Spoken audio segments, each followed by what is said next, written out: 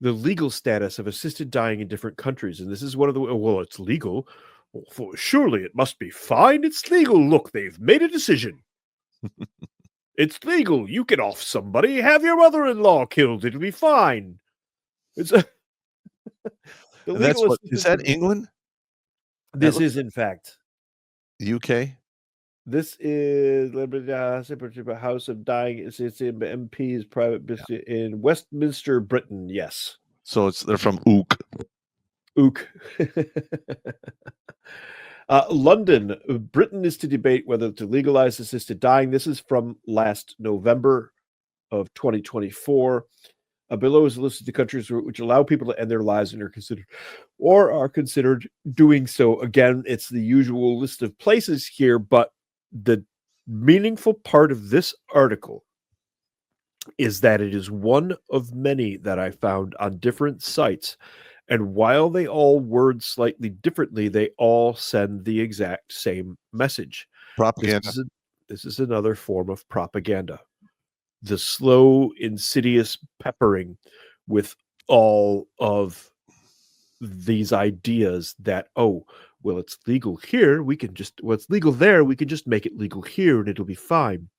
Next thing you know, you're off to the oxygen pods for a little therapy.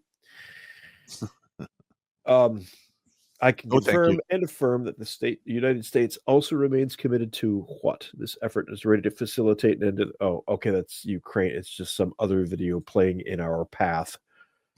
Spain, Germany, and France. The French don't surprise me all that much. We call them the surrender monkeys for a reason. I'm surprised at Spain.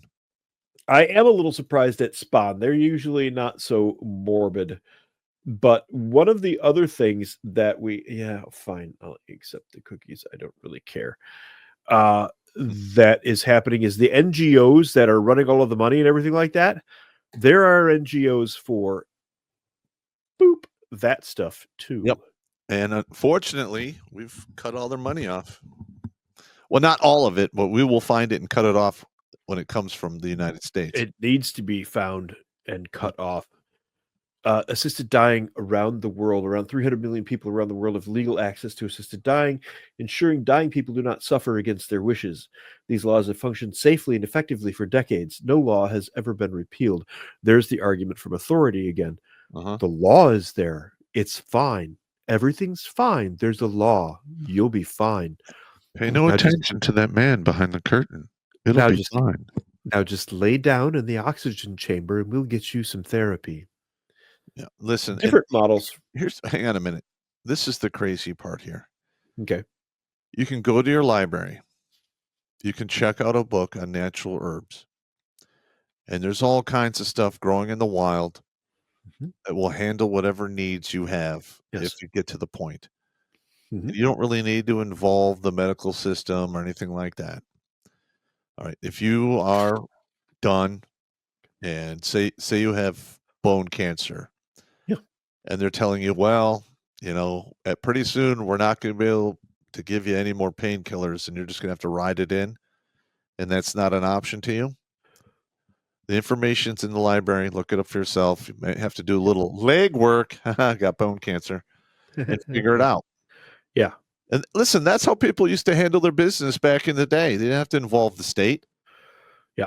It just is what it is. Now, I'm not condoning that. I'm just saying it is a logical option. Like, why did I just stutter there? I appear to have experienced some sort of brain short circuit. It happens to me all the time. There you go. Like we discussed at the beginning of the show, Pop and I both agree that there are times where, and it's listed here, terminal illness or unbearable suffering. Look, if you're at a point where the unbearable suffering, is this like emotional pain for unbearable suffering? Because if that is the definition, no. Johnny, get your gun. Where the guy's lost all of his limbs. Yes. He's lost his ability. He's lost his jaw and both of his eyes. And he's wrapped in bandages plugged into an IV. And that's it. That's him for the rest of his life. Or that's along those lines. To that degree. To such a degree that you are completely wrecked and basically helpless due to your suffering. I get it. I do. I honestly understand. Or if you have a terminal illness and if you check out now, you don't go through 6 months of your body eating itself and your bones collapsing and becoming Mr. Glass, where if somebody sneezes in the next room, you break a rib, you know? Yeah. No, thank you. Yeah, that's like, okay, that kind of a terminal illness, I get it. I do. Yeah. Honestly, guys, I get it. you know, I feel terrible for you, and I wish you did not have to go down that route. However, Yeah, we had a guy in the 425 Yeah. who was getting treated for lung cancer and was small cell type. Mhm. They went in, they took out a couple of tumors. He was responding okay to the chemo, controlling with his diet. And they gave him the all clear. And then Yeah. all of a sudden, came back with a vengeance, went right to his brain. And that man suffered. And I'm going to be honest. Jesus. I can't I'll even be honest. imagine. Because the whole unit went to go see him, you know, while he was suffering on his deathbed. Yeah. And if there wasn't people in the room, I would have choked him to death with my bare fucking hands out of an act of love for this guy. That's how much I respected him. And it broke my heart to see him suffer like that.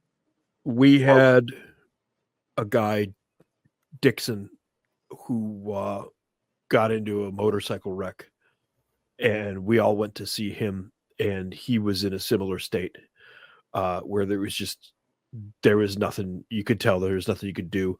And we actually discussed it for a little. We're like, do we need to sneak in there and unplug him and let him? And he passed before we came to our decision, fortunately. Good.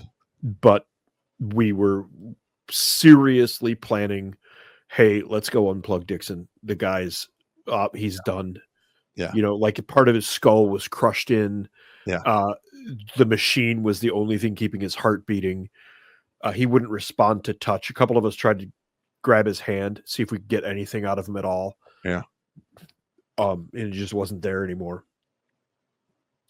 And it was all fucked up.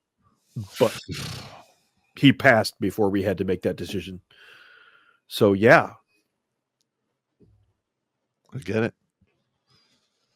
Yep. And this guy who was in our unit had a really cool history. He was a company commander in Vietnam. Wow.